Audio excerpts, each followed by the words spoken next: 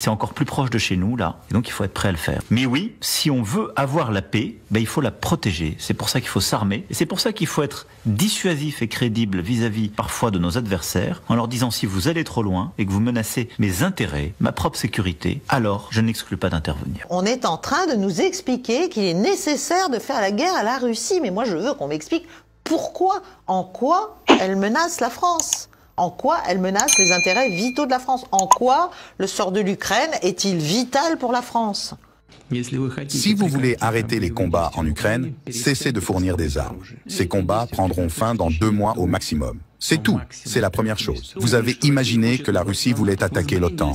Avez-vous perdu la tête? Êtes-vous stupide comme cette table? Qui a eu cette idée? C'est des conneries. Vous comprenez? Des conneries. On est pour l'ordre international, les règles. La Charte des Nations Unies, signée et ratifiée par la Russie également. Elle l'a violée, cette charte. Et elle la viole chaque jour.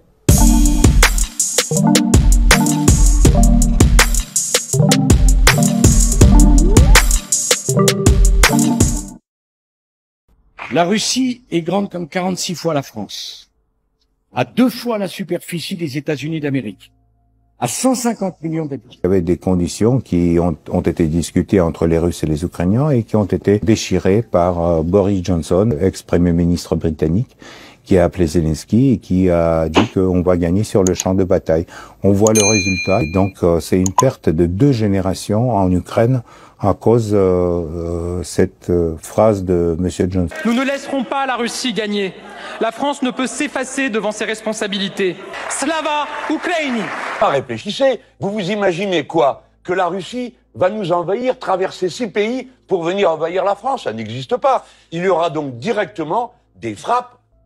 D'abord depuis l'espace, qui couperont l'électricité, qui saboteront tout, et puis ensuite c'est la guerre. Alors, on ne sort pas de son chapeau comme un lapin l'idée d'aller faire la guerre en Ukraine sans s'être préparé un temps soit peu. Il faut qu'ils sachent que tout cela peut réellement entraîner un conflit avec l'utilisation de l'arme nucléaire et donc la destruction de la civilisation. Mr. Secretary, you have presided over the worst foreign policy disaster of modern times. When Joe Biden became president, he inherited peace and prosperity in the world. We now have 2 simultaneous wars waging, the worst war in Europe since World War II and the worst war in the Middle East in 50 years. Both, I believe, were caused by this administration's consistent weakness. And indeed, your foreign policy is precisely backwards from what a rational American foreign policy should be. To our friends and allies, this administration has consistently undermined, weakened, and attacked them. And to our enemies, this administration has shown constant appeasement and indeed has flowed billions of dollars to the enemies of America who want to kill us. Comprenez-vous, oui ou non, que si l'Ukraine rejoint l'OTAN et récupère militairement la Crimée, les pays européens seront automatiquement entraînés dans un conflit militaire avec la Russie? Bien sûr, les potentiels de l'OTAN et de la Russie ne sont pas comparables. Nous le savons. Mais nous savons aussi que la Russie est l'une des premières puissances nucléaires.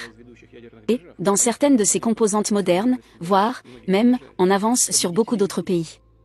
Il n'y aura pas de vainqueur, et vous serez entraînés dans ce conflit contre votre volonté. Et vous n'aurez même pas le temps de cligner des yeux quand vous aurez à appliquer l'article 5 de l'OTAN. Russian President Vladimir Putin, after a visit to North Korea, suggested supplying weapons to Pyongyang in response to Western arms support for Ukraine. He emphasized a new defense treaty with Kim Jong-un and warned South Korea against arming Ukraine, promising repercussions. Putin dismissed claims of North Korean military aid to Russia, but hinted at revising Russia's nuclear doctrine due to Western developments in low-power nuclear devices.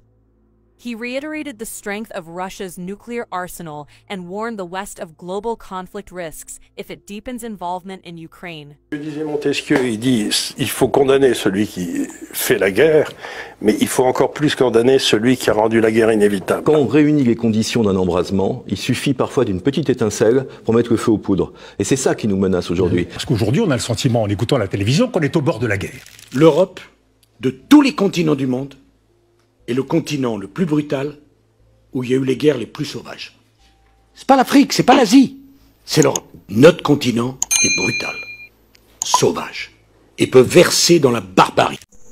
Je ne vous station et si vraiment cette vidéo te plaît, ici, ensemble, nous contribuons au développement de notre continent africain. Alors, si tu veux faire partie de cette incroyable aventure, je t'invite à t'abonner maintenant pour ne rien rater ultérieurement. Figurez-vous qu'il y a 1,5 million de morts aux confins de l'Europe. 1,5 million. Dont la plupart, dont beaucoup sont ukrainiens. Mais on continue, parce que sur le front du boulevard Saint-Germain, on est très courageux pour envoyer des jeunes Ukrainiens mourir. Hein?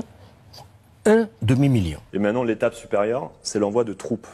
C'est devenir un co-belligérant du conflit, avec, comme vous l'avez dit à juste titre, l'enjeu derrière d'une guerre mondiale et d'une guerre nucléaire. Et moi, j'ai 27 ans et je le dis très clairement, je ne veux pas aller au front, je ne veux pas faire partie d'une nouvelle génération sacrifiée. Au 1er mars de cette année, Washington dit avoir déployé 662 missiles balistiques intercontinentaux dotés de 1419 ogives nucléaires, pour être précis, ainsi que 800 lanceurs. Churchill, au début de la guerre, dit on fait la guerre aux militaires et pas aux civils. Il finit la guerre en bombardant Dresde.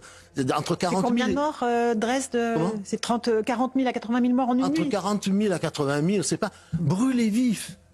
Brûlés vifs. Quand les Américains, avant même la bombe atomique, bombardent Tokyo, la dernière fois qu'ils bombardent Tokyo, c'est 100 000 morts. Hitler kills 2 million white people. He is the most evil man that ever lived. Leopold kills 20 million Africans.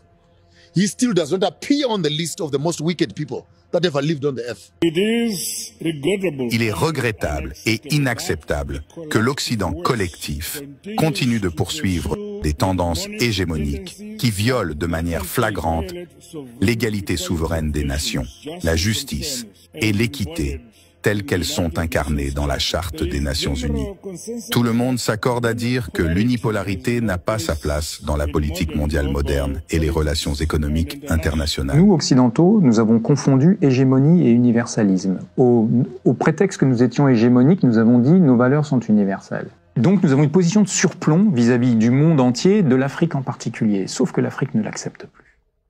Et cette position de surplomb, il va falloir l'abandonner. Les relations entre les peuples comme entre les hommes, elles se décomposent en 3 phases. La première, c'est le droit, pour résoudre les conflits. Ça marche pas. Pour que ça marche, il faut déjà que tout le monde soit d'accord sur la légitimité de ce droit. Ce qui n'est pas le cas, le droit international qu'on brandit, j'ai dit un jour comme les Saint-Sacrements, c'est bien, mais une bonne partie du monde ne croit pas à la légitimité de ce droit, et nous-mêmes, nous n'y croyons que quand ça nous arrange. On pourrait refaire la liste des cas où nous l'avons violé délibérément depuis quelques décennies. C'est notre politique de double standard. Elle est plus supportée en Afrique, plus du tout. Le coup d'État au Tchad, c'est très bien. Le fils d'Éby prend le pouvoir, c'est un coup d'État, puisqu'il suspend les institutions. Avec l'accord des Français. Avec l'accord des Français, avec la présence du président. Qui légitime. Exactement. Qui légitime le coup d'État en allant sur place. Et puis, vous faites 1500, 2000 km vers l'ouest, vous allez au Mali, et puis là, vous dites, ah bah non, le coup d'État, c'est pas bien. La junte n'a aucune légitimité, c'était les propos de Jean-Yves Le Drian. One of the mistakes which some political analysts make is to think that their enemies should be our enemies. That we can and we will never do. We have our own struggle which we are conducting towards our attitude towards any country is determined by the attitude of that country to our struggle. Vous avez condamné l'invasion de l'Ukraine par la Russie, mais vous revendiquez la liberté de traiter toujours avec la Russie, n'est-ce pas ? Bien sûr, bien sûr. Aujourd'hui, en France, on a condamné Israël pour certains de ses actes à Gaza. Mais est-ce que ça a empêché la France de garder ses relations avec Israël? Pourquoi est-ce que quand ça arrive aux Africains, on veut les juger? On n'a pas à nous juger. Nous avons le droit d'avoir les amis que nous voulons. Et nous sommes amis à tous ceux qui veulent être nos amis. Le fait que ce soit au détriment des démocraties ne vous gêne pas? Que ce soit des régimes autoritaires? C'est quoi la démocratie? Alors, il y a une différence. Quand on vit dans une démocratie ou dans une dictature, je vous assure qu'il y a une grande différence. C'est vrai que, permettez-moi d'inverser un peu les rôles, c'est quoi la démocratie?